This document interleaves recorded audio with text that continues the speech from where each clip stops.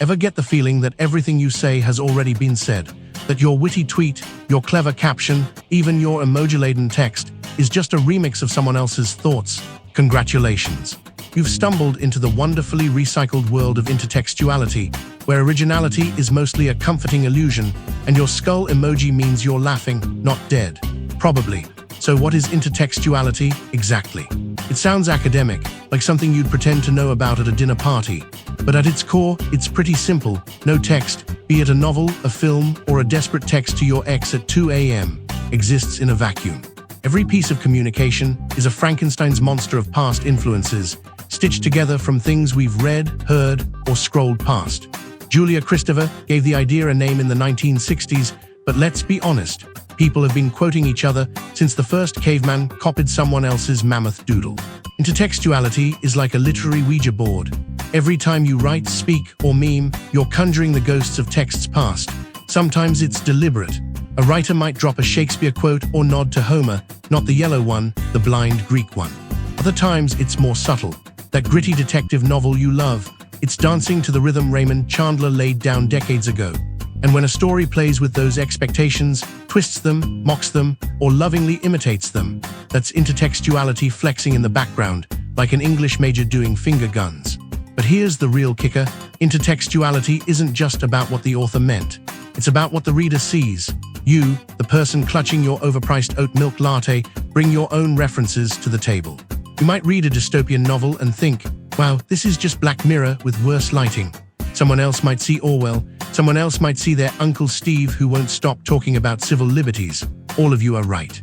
That's how intertextuality rolls. Interpretation is a group project, and no one's doing all the work. Now, take that lovely chaos and fast forward to the 21st century, where we're communicating less with words and more with pixels. Welcome to emoji culture. Those cute little Unicode icons you sprinkle into your messages, they're the hieroglyphs of our time, and they're dripping with intertextuality. Think that peach emoji is just a fruit? That's adorable. You sweet summer child. Emojis have evolved from literal icons to cultural shorthand. The skull emoji used to mean death. Now it means I'm dead from laughing too hard, because apparently we can no longer express humor without referencing mortality. The clown face, a masterclass in intertextuality. It's no longer just for circuses, it's for people who trusted the wrong guy or believed that NFT was actually going to increase in value. When you use that emoji, you're referencing a shared joke, a collective history of mistakes, irony, and public shaming. Memes accelerate this evolution like a jet engine strapped to a unicycle. Emojis embedded in memes carry even more baggage. They're saturated with in-jokes, references, sarcasm, and cultural detritus. One glance, and you're decoding layers. The format of the meme, the emojis used, the tone, the platform, even the font.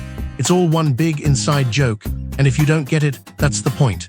And don't get me started on the emoji remix culture. People mash up emojis to create entire stories.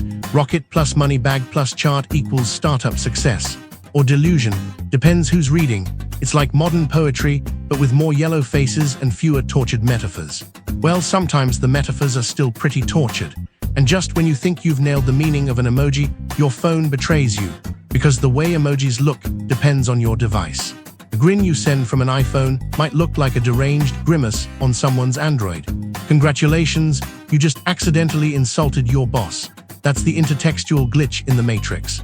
Same code, different visuals, wildly different outcomes. So what does all this tell us? That communication is messy, that meaning is slippery, and that whether you're quoting Shakespeare or slapping a crying laugh emoji on a meme about economic collapse, you're part of a vast cultural remix project. Everything speaks to something else. Everything is recycled, referenced, or reimagined. And far from making everything meaningless, that actually makes communication richer. It's a big, tangled conversation across centuries, genres, and platforms. So next time you text someone, "I'm dead," with a skull emoji, remember, you're not just being funny. You're participating in a literary tradition that stretches all the way back to Homer. The Greek one, not the donut guy.